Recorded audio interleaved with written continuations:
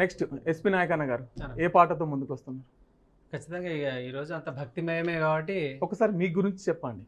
నాది ఉమ్మడి కరీంనగర్ జిల్లా. అంటే ఇప్పుడు కరీంనగర్ జిల్లా ఇప్పుడు సిద్దిపేట అయింది, కానీ అంటే వారసత్వంగా ఎవరు లేరు. కానీ నేను అట్లా తెలంగాణ ఉద్యమం నుంచి నేరాల కిషోర్ అన్న, వేముగంటి ప్రసాద్ అన్న అని కీర్తిశేషులు ఆయన వెంబడే ప్రోగ్రాంలు చేసుకుంటా గడిపే బాల్యతోటి అలా అలా హుస్నాబాద్ మాది సొంతూరు.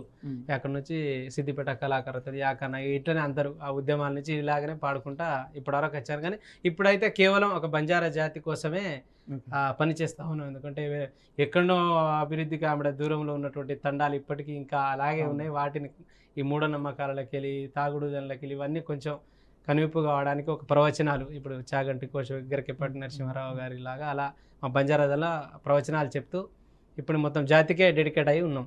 ఓకే, అంటే మీరు పాటలు రాస్తారా? చాలా పాటలు రాశాను. చాలా పాటలు రాస్తారా? ఓకే, నెక్స్ట్ ఇప్పుడు ఖచ్చితంగా ఎల్లమ్మ పాట. అంటే అన్ని భగవంతుల ముక్కోటి దేవతలు అవుతుంది కాబట్టి ఖచ్చితంగా తెలుసుకోవాలి. ఇది మా ఊరాలెల్లమ్మ మా ఊరాలెల్లమ్మ పడి గడ్డల మీద పండుగది నాగు బాము, అది ఎంత సకలి నాగు బాము, మచ్చ మచ్చల నాగు బాము, అది ఎంత సకలి నాగు మచ్చ మచ్చల నాగు పాము.